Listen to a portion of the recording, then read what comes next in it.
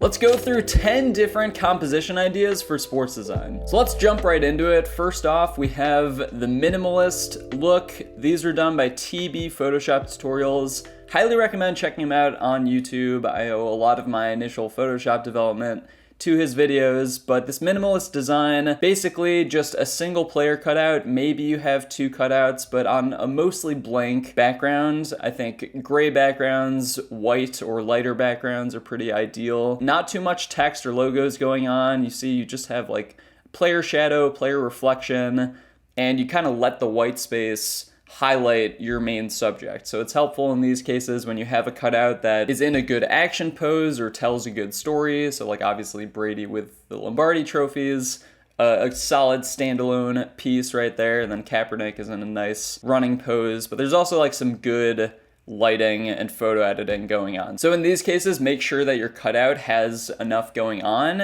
is interesting enough to warrant being featured in a minimalist design. So moving right along, we have the 2-player stack. This is what it sounds like. You have 2-player cutouts in the same design.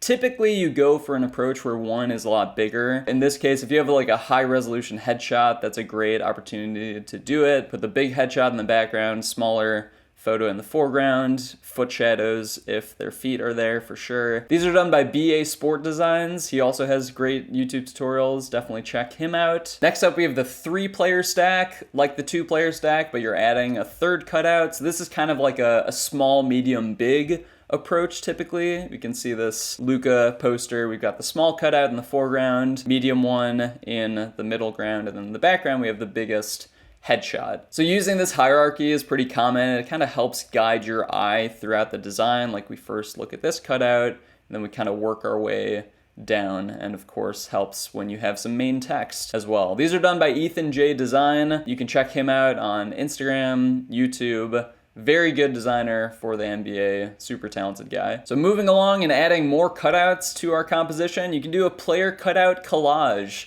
And these are common for things like champions graphics or full team graphics. Maybe a schedule poster has a bunch of player cutouts on it to kind of highlight the different players on a team. You can do this a variety of ways. You might choose to do it in a hierarchy way where you have like bigger cutouts in the background and then slowly working your way down, they get smaller, or you might set it up like everyone is an equal size and it kind of is laid out like a team photo. The nice thing about graphics like this is if you can use photos that were all shot in like a similar studio setting, you're gonna have the same even lighting for most of the cutouts, which helps a lot. But you can also do something with action shots as long as you're color correcting and making sure all those cutouts match and feel like they all belong in the same design, then you should be good to go. These 3 graphics, by the way, were done by Spitzer Graphics, very talented designer for LSU. Next up, we just have our big text plus cutout compositions. So big background text, usually just 1 or 2 cutouts in the foreground, but basically the concept of letting the text really drive the design and fill up most of the space. So these were done by Bradley Jack Design. You can find his stuff on YouTube, Instagram. Another extremely talented designer. I love this Robbie Gold poster. And you can see some similar elements of like a minimalist design or photo manipulation. Like you have some manipulation going on here, obviously with the flames on the player, and then a more minimalist feel with like a solid color background, letting the text carry the design, but also having a featured cutout. So be aware of opportunities to kind of combine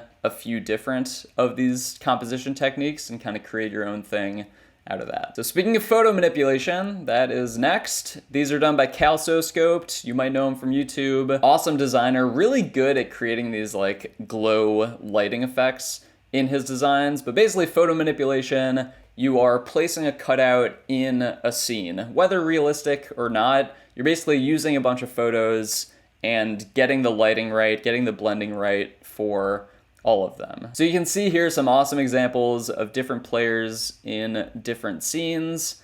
And of course, the lighting and the blending is looking super good on all of these. Next up is kind of a form of photo manipulation, but specifically this larger than life type of composition, where oftentimes you'll have like the player's stadium, the team's home stadium in the image, and then like a big player or multiple players going over it. So these are done by G-Star Creative, who is on YouTube, G-Star Design on Instagram. He makes some great tutorials, great breakdowns, and you can see like this concept of a helicopter flying a giant banner over a stadium, or a huge player going over the stadium. So this contrast between big player and then smaller kind of overview of a stadium creates a really cool effect where it just accentuates the hero of the design. Next up, we have photo progression or photo series. So this is a really cool series done by Night Design. And you can see it's basically rapid fire photos that were taken in a specific sequence. And then the designer has cut out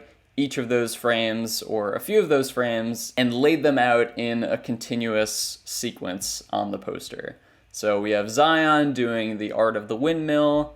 You have Devin Booker doing the art of the pull-up jumper. Really cool examples, also have this minimalist vibe to them. So you'll see like the lighting and color correction on these cutouts, great foot shadows. So again, anytime you have like a blank background and you're really spotlighting those cutouts, make sure there's enough intrigue with them.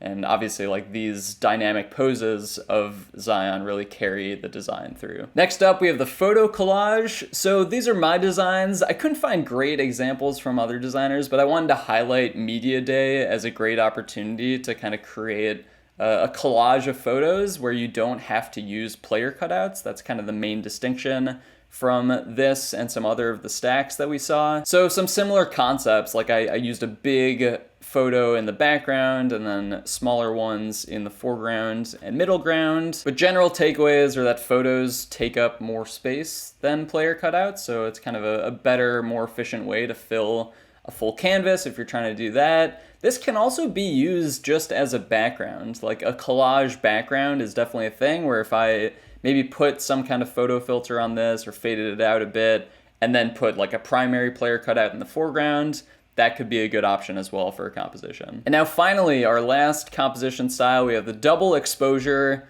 This is creating a scene inside someone's head, basically. So you have some different variations here. So this is basically using a headshot on a blank background and putting all the interesting stuff inside that headshot. And you can see, like, we keep the face, eyes, the headgear in focus, and then just get rid of everything else and replace it with some kind of scene or player cutouts. It's like we have Pat Mahomes here and then some other Chiefs guys in the background for a Super Bowl poster. And then in this example, we don't even have any of the main facial features, but we just have the shape of the head as the cutout, and that's kind of housing everything in this design. So this is a fun way to play with some negative space in the design. I like how everything is blank except the player headshot and the double exposure that's happening inside of it. These, by the way, were done by Design with Dan. Dan Beltran is a super talented designer, really with a variety of composition styles out there, but I liked these examples for double exposure. So hopefully these help give you some inspiration, some ideas of things you might want to try, things you might want to learn. Let me know if you have any questions on any of these, and I'll do my best to answer what I can.